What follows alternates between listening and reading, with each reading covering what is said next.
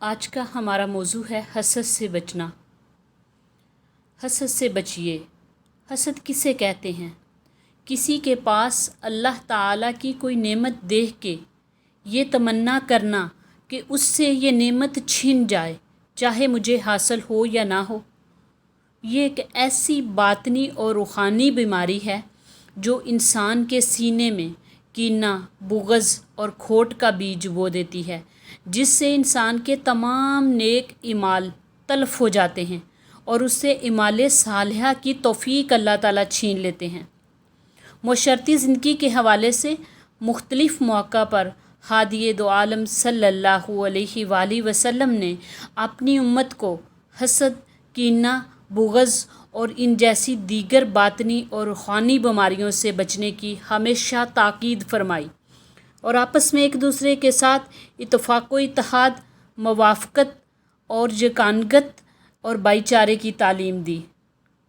حضرت انس بن مالک رضی اللہ تعالیٰ عنہ سے روایت ہے کہ رسول اللہ صلی اللہ علیہ وآلہ وسلم نے ارشاد فرمایا، آپس میں ایک دوسرے کے ساتھ حسد نہ کرو، نہ آپس میں ایک دوسرے کے ساتھ بغض رکھو اور نہ آپس میں ایک دوسرے سے قطع تعلقی کرو، اور اللہ کے بندے بائی بائی ہو جاؤ۔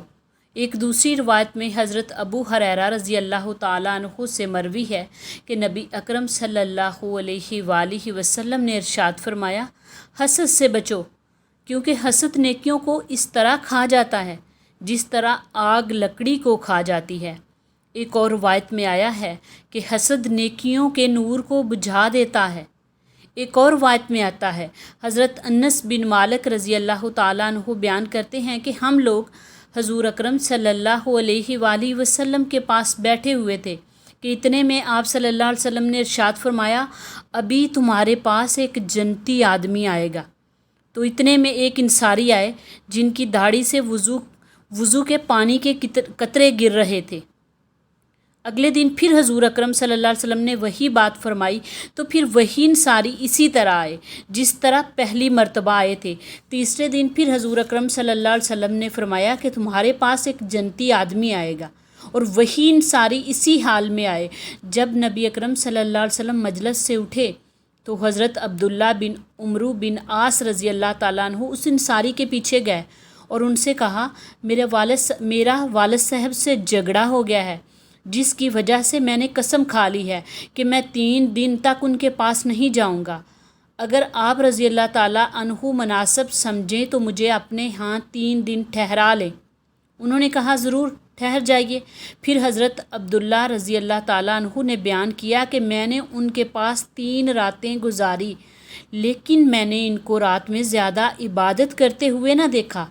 البتہ جب رات کو ان کی آنکھ کھل جاتی تو بستر پر کروٹ بدلتے، تھوڑا سا اللہ کا ذکر کرتے اور اللہ اکبر کہتے اور نماز فجر کے لیے بستر سے اٹھتے۔ ہاں، جب بات کرتے تو خیر کی ہی بات کرتے۔ جب 3 راتیں گزر گئی اور مجھے ان کے تمام اعمال عام معمول ہی کے نظر آئے، میں حیران ہوا کہ حضور اکرم صلی اللہ علیہ وسلم نے ان کے لیے بشارت تو اتنی بڑی دی ہے، لیکن ان کا عمل تو کوئی خاص نہیں۔ میں نے ان سے کہا، ہے اللہ کے بندے، میرے والد صاحب سے میرا کوئی جھگڑا نہیں ہوا، نہ کوئی ناراضگی ہوئی ہے اور نہ میں نے انہیں چھوڑنے کی قسم کھائی ہے، بلکہ قصہ یہ ہوا کہ میں نے حضور اکرم صلی اللہ علیہ وآلہ وسلم کو آپ رضی اللہ تعالیٰ عنہ کے بارے میں 3 مرتبہ یہ ارشاد فرماتے ہوئے سنا کہ ابھی تمہارے پاس ایک جنتی آدمی آنے والا ہے، اور تینوں مرتبہ آپ رضی اللہ تعالیٰ عنہ ہی آئے۔ اس پر میں نے سوچا کہ میں آپ کے ہاں رہ کر آپ کا خاص عمل دیکھوں اور پھر اس عمل میں آپ کے نقش قدم پر چلوں۔ میں نے آپ کو کوئی بڑا کام کرتے ہوئے تو نہیں دیکھا، تو اب آپ بتائیے کہ وہ کون سا خاص عمل ہے جس کی وجہ سے آپ اس درجے کو پہنچ گئے ہو کہ حضور اکرم صلی اللہ علیہ وسلم نے بتایا۔ انہوں نے کہا، میرا کوئی خاص عمل تو ہے ہی نہیں، وہی عمل ہے جو تم نے دیکھے۔ میں یہ سن کر چل پڑا۔ جب میں نے پشت پھیری تو انہوں نے مجھے بلایا اور کہا، میرے اعمال تو وہی ہیں جو تم نے دیکھے ہیں، البتہ یہ ایک خاص عمل ہے کہ میرے دل میں کسی مسلمان کے بارے میں کھوٹ نہیں، اور کسی کو اللہ نے کوئی خاص نعمت عطا فرما رکھی ہو تو میں اس پر حسد نہیں کرتا۔ بس میں نے کہا اس چیز نے آپ کو اتنے بڑے درجے تک پہنچا دیا۔ ابو ہریرہ رضی اللہ تعالیٰ عنہ سے روایت ہے کہ رسول اللہ صلی اللہ علیہ وآلہ وسلم نے ارشاد فرمایا، دو شخصوں کے سوا کسی پر حسد کرنا جائز نہیں۔ ایک وہ شخص کہ جس کو حق تعالیٰ نے قرآن شریف کی تلاوت عطا فرمائی ہو یا قرآن کا علم دیا ہو اور وہ دن رات اسی میں مشغول رہتا ہو، اور دوسرا وہ شخص کہ جس کو حق سبحانہ تعالیٰ نے مال و دولت کی فراوانی عطا فرمائی ہو اور وہ دن رات اسی کو خرچ کرتا ہو، یعنی وہ دن رات اس مال کو اللہ کے راستے میں خرچ کرتا ہو۔ ایک اور روایت میں ہے کہ نبی اکرم صلی اللہ علیہ وسلم نے ارشاد فرمایا کہ 3 چیزیں ایسی ہیں جن سے آدمی عاجز نہیں: بدشگونی، بدزنی، حسد۔ بدشگونی سے تجھے نجات اس طرح مل سکتی ہے کہ اس پر عمل ہی نہ کر، اور بدزنی سے تجھے نجات اس طرح مل سکتی ہے تو اس کے بارے میں بات ہی نہ کر، اور حسد سے تجھے نجات اس طرح مل سکتی ہے کہ تو اپنے مسلمان بھائی کی برائی کے پیچھے مت پڑ۔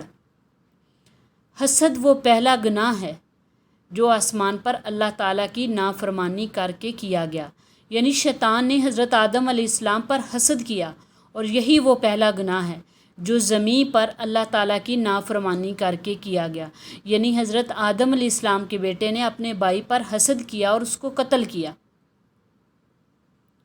بیان کیا جاتا ہے عذرا نامی قبیلہ میں ایک عرابی بدو کو دیکھا جس کی عمر 120 سال تھی، تو حضرت امام اسمی رحمۃ اللہ علیہ بیان کرتے ہیں کہ میں نے جب اس عرابی کو دیکھا جس کی عمر 120 سال تھی، میں نے اس سے پوچھا کہ تمہاری اتنی لمبی عمر کا راز کیا ہے؟ تو اس نے بتایا، میں نے حسد کرنا چھوڑ دیا، اس لیے ابھی تک باقی زندہ ہوں۔ حسد نیکیوں کو اسی طرح فاسد کر دیتا ہے جس طرح الوا شہد کو فاسد کر دیتا ہے۔ اللہ تعالی ہمیں حسد سے بچائے۔